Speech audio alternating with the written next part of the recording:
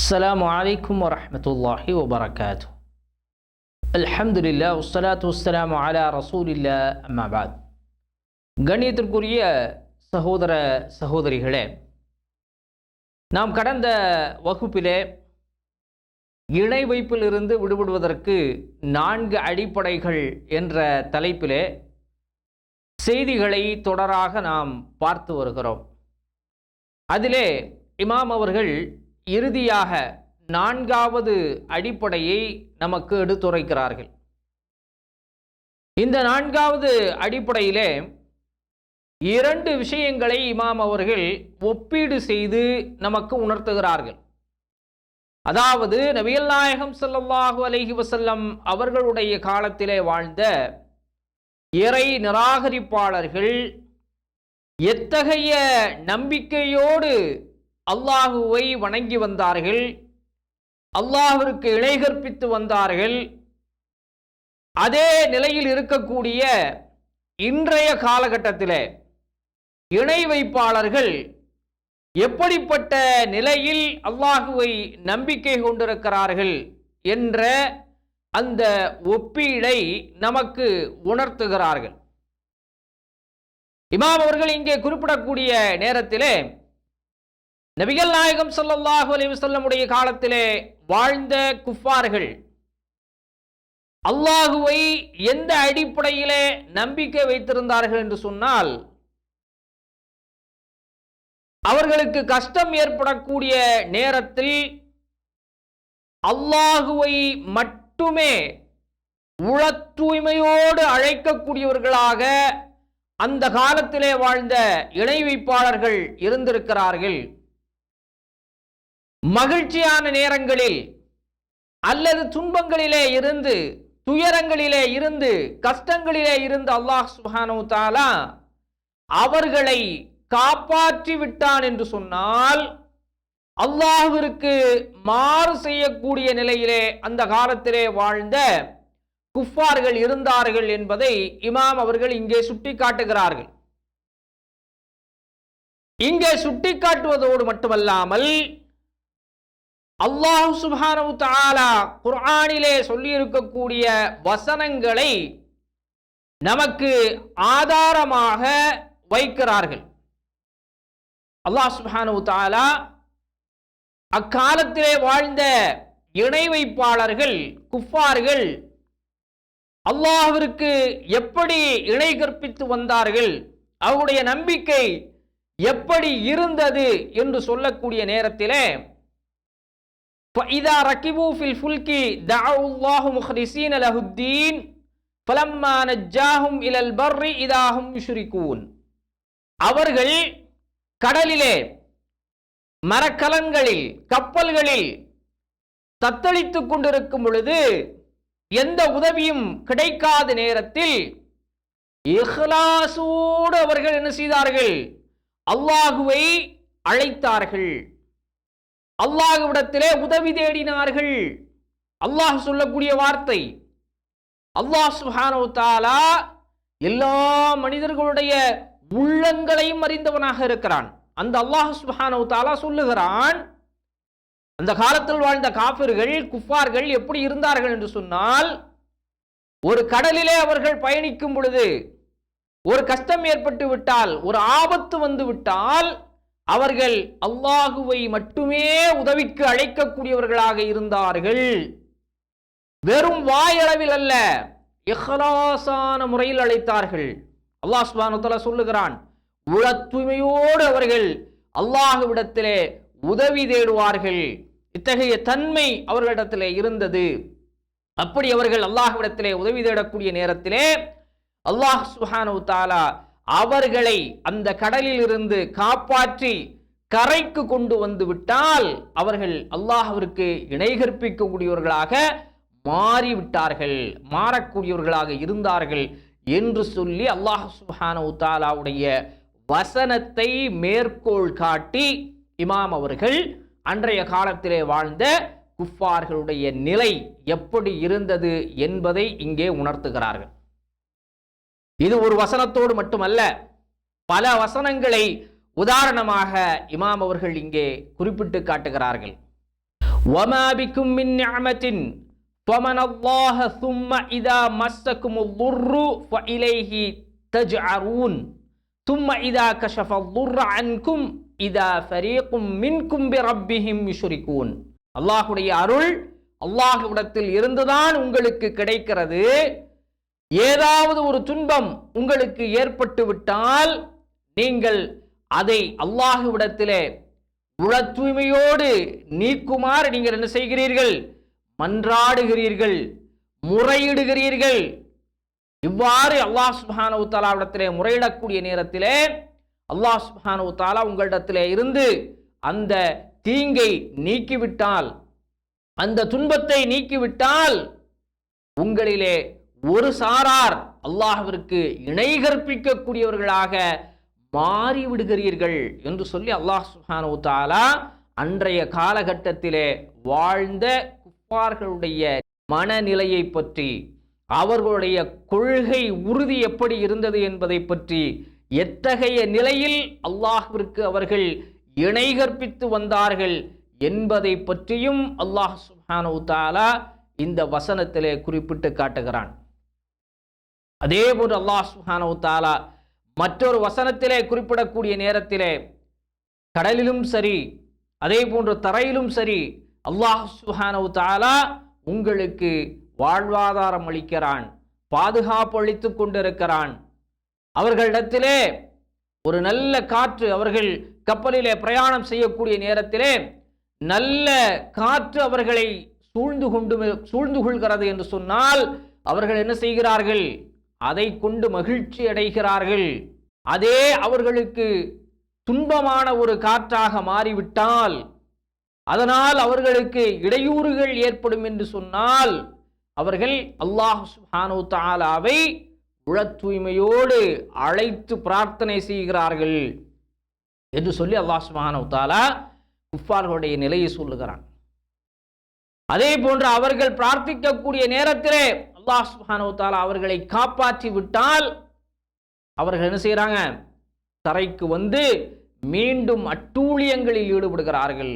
அதான் அல்லாஹ் சுப்ஹானஹு வ தஆலா உணர்த்துகிறான், நீங்கள் இந்த உலக வாழ்க்கையிலே வாழ்ந்து கொண்டிருப்பது சில காலங்கள் மட்டுமே. சில காலங்கள் மட்டும்தான் என்ன செய்ய முடியும்? நீங்க இந்த உலகத்துல அட்டூழியங்களிலே ஈடுபட முடியும்.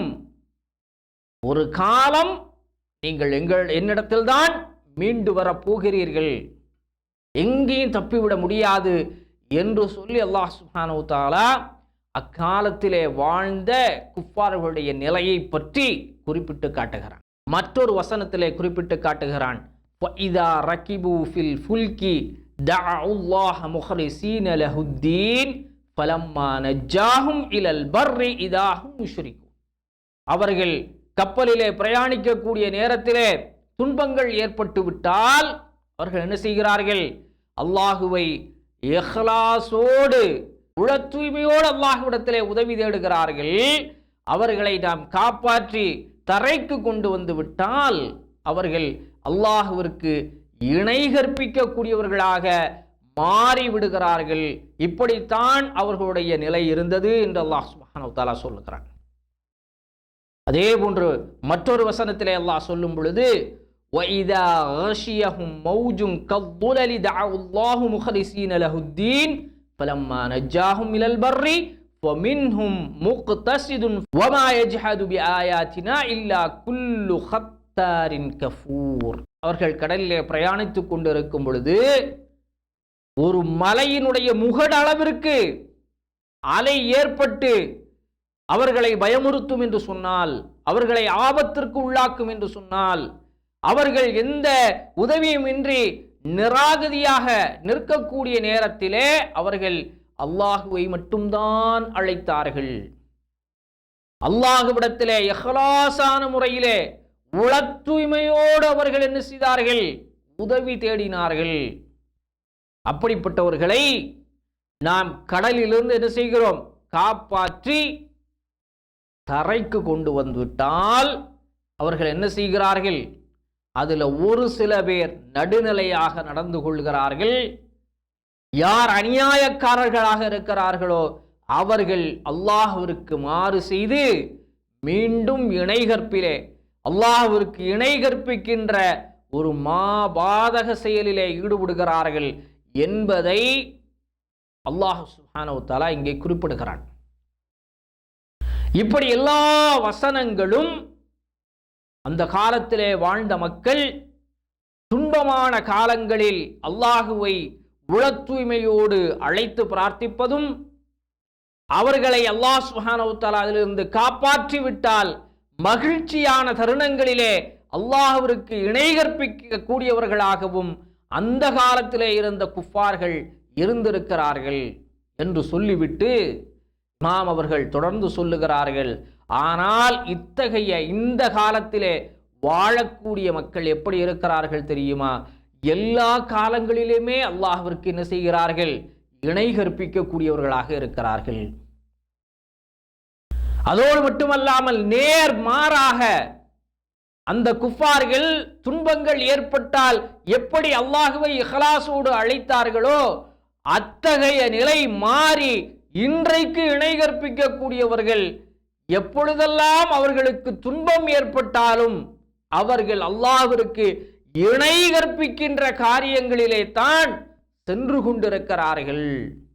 இத்தகைய நிலையில் இந்த உலகத்திலே வாழக்கூடிய பெரும்பாலான மக்கள் ஷைத்தானுடைய வழிகேட்டிலே சென்று கொண்டிருக்கிறார்கள், அல்லாஹ்விற்கு இணை கற்பித்துக் கொண்டிருக்கிறார்கள். இங்கே இமாம் சுட்டி காட்டுகிறார்கள். இதை நாம் யதார்த்தமாக இன்றைக்கு பார்த்து கொண்டிருக்கிறோம். இன்றைக்கு மகிழ்ச்சியான தருணங்களிலே அல்லாஹ்விற்கு இணை கற்பிக்கக்கூடிய நிலை இருந்தாலும் பெரும்பாலான மக்கள் முஸ்லிம்கள் என்று சொல்லக்கூடியவர்களே எப்படிப்பட்ட இணை கற்பிப்பிற்கு தள்ளப்படுகிறார்கள் என்பதை நாம் பார்த்து கொண்டிருக்கிறோம். அல்லாஹ் சுப்ஹானஹு வ தஆலாவிடத்திலே செய்ய வேண்டிய துஆக்களை அவுலியாக்களிடத்திலும் நபிமார்களிடத்திலும் நல்லவர்களிடத்திலும் கேட்டுக்கொண்டிருக்கிறார்கள். இப்படிப்பட்ட நிலை எப்பொழுது வருகிறது? ஒரு முஸ்லீமுக்கு கஷ்டம் ஏற்படக்கூடிய நேரத்திலே, முஸ்லீம் என்று சொல்லக்கூடியவர்கள் கஷ்டம் ஏற்படக்கூடிய நேரத்திலே இஸ்லாத்திற்கு மாறாக அல்லாஹ்விற்கு இணை கற்பிக்கின்ற செயலை செய்வதற்கு துணிகிறார்கள். சூனியத்தை நோக்கி செல்லுகிறார்கள், தாயத்து தகடு தட்டுகளை நோக்கி செல்லுகிறார்கள். எதெல்லாம் அல்லாஹ்விற்கு இணை கற்பிக்கக்கூடிய காரியமோ அவற்றையெல்லாம் செய்வதற்கு முனைகிறார்கள். அல்லாஹ்விற்கு செய்ய வேண்டிய நேர்ச்சையை மனிதர்களுக்கு செய்கிறார்கள், அவுலியாக்கள் மீது நேர்ச்சை செய்கிறார்கள். இவைகள் எல்லாம் மிகப்பெரிய இணை வைப்பு என்பதை மக்கள் உணர வேண்டும். ஏனென்று சொன்னால் நேர்ச்சை என்பது அல்லாஹ்விற்கு மட்டுமே செய்ய வேண்டும். துஆ பிரார்த்தனை என்பது நாம் ஒரு இடத்திலே துஆ நம்முடைய தேவைகளை எதிர்பார்த்து துஆ செய்கிறோம் என்று சொன்னால் அது அல்லாஹ்விடத்தில் மட்டும்தான் நாம் துஆ கேட்க வேண்டும். அதல்லாமல் யாரிடத்திலும் நாம் துஆ கேட்க கூடாது. நபிகள் நாயகம் ஸல்லல்லாஹு அலைஹி வஸல்லம் அவர்களிடத்தில் கூட நாம் என்ன செய்யக்கூடாது? துஆ கேட்க கூடாது. அது மிகப்பெரிய இணை வைப்பாக மாறிவிடும். ஆனால் இந்த நிலை இன்றைக்கு பெரும்பாலானவர்களிடத்திலே இருக்கிறதா இல்லையா? நாம் இதை பார்த்து கொண்டு இருக்கிறோமா இல்லையா? மகிழ்ச்சியான நிலையிலும் கஷ்ட காலங்களிலும் அல்லாஹுவை அழைப்பதை விட்டுவிட்டு அல்லாஹு அல்லாதவர்களை அழைத்து பிரார்த்தித்துக் கொண்டிருக்கிறார்களே, இந்த அறியாமையை தான் மிகப்பெரிய இணை வைப்பு என்று சொல்லி அல்லாஹ்வுடைய தூதரும் நமக்கு எச்சரிக்கை செய்திருக்கிறார்கள். அதே போன்று நபிகள் நாயகம் ஸல்லல்லாஹு அலைஹி வஸல்லம் அவர்கள் சிறிய இணை வைப்பை பற்றியும் எச்சரிக்கை செய்தார்கள். முகஸ்துதிக்காக நாம் செய்யக்கூடிய அமல்கள், ஒரு இடத்துல இந்த காரியங்கள் எல்லாம் இல்லை, அவர் தர்காக்களிலே சென்று அவுலியாக்களிடத்திலே பிரார்த்தனை தேடவில்லை, நபிமார்களிடத்திலே பிரார்த்தனை தேடவில்லை, இணை வைக்கின்ற காரியங்களை செய்யவில்லை, அவர் அல்லாஹ்விடத்திலே நன்மையை நாடி இபாதத்துகளை செய்கிறார், தான தர்மங்களை செய்கிறார், நோன்பு நோக்கிறார், ஏழைகளுக்கு உதவுகிறார். ஆனால் அந்த எதிர்பார்ப்பு மக்களிடத்தில் தெரிய வேண்டும் என்று அவருடைய உள்ளத்தில் ஆசை வருகிறது என்று சொன்னால், மக்கள் நம்மை ஒரு தொழுகையாளி, இவன் ஒரு தக்வாதாரி என்று சொல்லி போற்ற வேண்டும், நம்மை பெருமைப்படுத்த வேண்டும் என்ற எண்ணம் கடுகளவும் உள்ளத்தில் வந்துவிட்டால், அல்லது ஒருவர் கொடையாளியாக இருக்கிறார், எல்லோருக்கும் உதவுகிறார், மக்கள் அவரை மிகப்பெரிய வள்ளல் என்று போற்ற வேண்டும், நாம் யாருக்கு உதவி செய்கிறோமோ அந்த மக்கள் நம்மை பெருமைப்படுத்த வேண்டும் என்று சொல்லி உள்ளத்திலே சிறிதளவு எண்ணம் வந்தாலும் அதுவும் இணை வைப்புதான் என்று சொல்லி நபிகள் நாயகம் ஸல்லல்லாஹு அலைஹி வஸல்லம் அவர்கள் எச்சரிக்கை செய்கிறார்கள். அல்லாஹ் சுப்ஹானஹு வ தஆலா தன்னுடைய திருமறையிலே சொல்லி காட்டுகிறான், فمن كان يرجو لقاء ربه فليعمل عملا صالحا ولا يشرك بعبادة ربه أحدا. அல்லாஹ் சுப்ஹானஹு வ தஆலா சொல்லுகிறான், நீங்கள் அல்லாஹ்வை சந்திக்க நாம் இருக்கிறோம் என்ற அந்த எண்ணம் யாரிடத்தில் இருக்கிறதோ, கண்டிப்பாக நாம் ஒரு நாள் அல்லாஹ்விடத்தில் அல்லாஹ்வுக்கு முன்னிலையில் நின்றே தீருவோம் என்று யார் நம்பிக்கை வைத்திருக்கிறார்களோ அவர்கள் நல்ல அமல்களை செய்யட்டும், நற்காரியங்களை செய்யட்டும், ஆனால் அதில் யாரையும் அல்லாஹ்விற்கு இணையாக்கி விட வேண்டாம். இதுல ரெண்டும் வந்துவிடும். அவர் செய்யக்கூடிய இபாதத்துகளிலே பெரிய இணை வைப்பு வந்துவிடும். அல்லாஹ்விற்கு செய்ய வேண்டிய துஆ, நேர்ச்சை, இது போன்ற காரியங்களை எல்லாம் ஒரு அவுலியாவிற்கு அவர் செய்து விட்டால் அங்க என்ன செஞ்சிடறாரு, அல்லாஹ்விற்கு செய்ய வேண்டிய இபாதத்திலே அவுலியாக்களை கூட்டாக்கி விட்டார், அவர்களை இணையாக்கி விட்டார். அதே ஒரு மனிதர் பிற மனிதர்களுக்காக தன்னுடைய தொழுகையை அமைத்துக் கொண்டால், தன்னுடைய தர்மத்தை அமைத்துக் கொண்டால், அங்கே சிறிய இணை வைப்பாக நபிகள் நாயகம் ஸல்லல்லாஹு அலைஹி வஸல்லம் அவர்கள் எச்சரிக்கை செய்த விதமாக அங்கே அவர் இணை வைப்பிலே விழுந்து விடுகிறார்.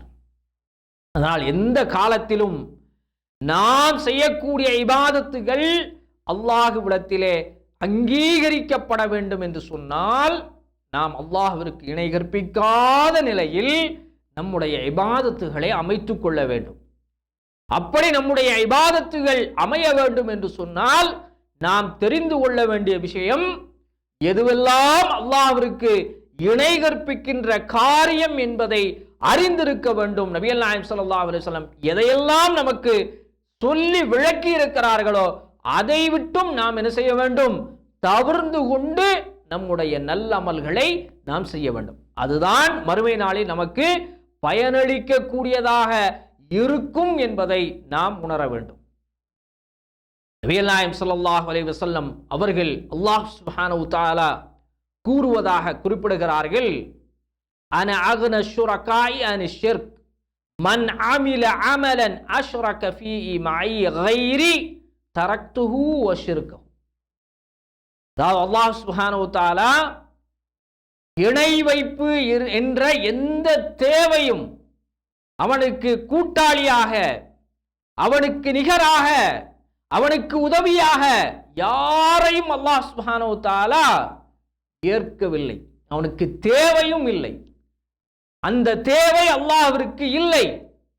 எனவே யார் அமல் செய்கிறார்களோ, யார் நற்காரியங்கள் செய்கிறார்களோ அவர்கள் எனக்கு மட்டுமே அந்த நற்காரியத்தை செய்யட்டும், என்னோட என்ன செய்து விட வேண்டாம், பிறரை கூட்டாக்கி விட வேண்டாம். அவ்வாறு அவர்கள் கூட்டாக்கி விட்டால் அவர்களை அந்த இணை வைப்பிலேயே அல்லாஹ் சுப்ஹானஹு வ தஆலா கைவிட்டு விடுவான். அப்படியே விட்டுருவான், அவரை விட்டுருவான், அவருடைய இணை வைப்பையும் அவரோடு சேர்த்து விட்டு விடுவான் என்று சொல்லி அல்லாஹ் சுப்ஹானஹு வ தஆலா குறிப்பிடுவதாக நபிகள் நாயகம் ஸல்லல்லாஹு அலைஹி வஸல்லம் அவர்கள் குறிப்பிடுகிறார்கள். நம்முடைய இபாதத்துகள் எப்பொழுதுமே அல்லாஹ்விற்கு மட்டுமே உரித்தானதாக இருக்க வேண்டும். அல்லாஹ்வுடைய இபாதத்துகளில் யாரையும் கூட்டாக்கி விடக்கூடாது. எத்தகைய இபாதத்துகளை நாம் பிறருக்கு செய்தால் அது அல்லாஹ்விற்கு இணையாக மாறிவிடும் என்பதை நாம் முழுமையாக அறிந்திருக்க வேண்டும். அந்த அடிப்படையில் அல்லாஹும் அவருடைய தூதரும் காட்டி தந்த அடிப்படையிலே நம்முடைய இபாதத்துகளை நாம் அமைத்து கொண்டோம் என்று சொன்னால் நம்முடைய இபாதத்துகள் அல்லாஹுவால் அங்கீகரிக்கப்பட்ட இபாதத்துகளாக, மறுமை நாளில் நம்மை சுவனத்திலே நுழைவிக்கக்கூடிய இபாதத்துகளாக, அல்லாஹும் அவருடைய தூதரும் நம்மை விரும்பக்கூடிய அளவிற்கு நம்முடைய இபாதத்துகள் அமைய வேண்டும். அதற்குரிய தௌஃபீக் வல் ரஹ்மான் நம் அனைவருக்கும் வழங்குவானாக. வாஹிரு தஅவானா அல்ஹம்துலில்லாஹி ரப்பில் ஆலமீன். அஸ்ஸலாமு அலைக்கும் வரஹ்மத்துல்லாஹி வபரகாத்துஹு.